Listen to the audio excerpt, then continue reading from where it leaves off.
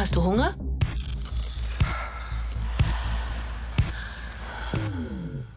Hygiene wird bei mir klein geschrieben. Da ich mich innerlich sehr gegen das Rasieren wehre, mache ich das immer zu schnell und zu dolle.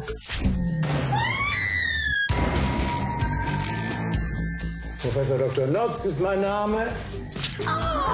Stellen Sie sich immer so vor? Ich bin Robin, der Pfleger. Ich habe hier noch eine Beruhigungstablette für Sie. Hat deine Freundin auch so Wirkreizprobleme? Nee, die macht sich nicht so viel aus Oralsex.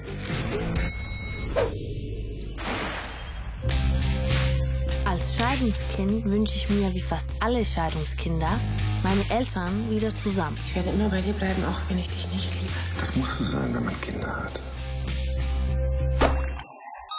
Es ist alles gut gelaufen. Sind meine Eltern gekommen? Nein. Dann werde ich mal verrückt.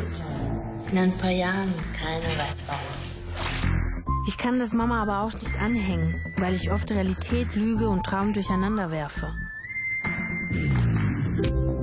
Könntest du meine Wunde fotografieren? Ich wünsche dir, dass wenn du mal eine Tochter hast, dass sie dir genauso zu schaffen macht wie du mir.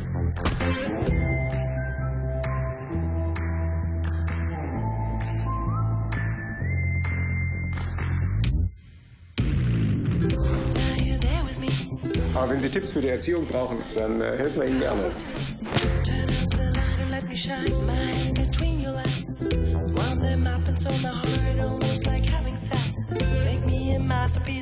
Wenn man Schwänze, Sperma und andere Körperflüssigkeiten ekelhaft findet, kann man es mit dem Sex auch direkt bleiben lassen.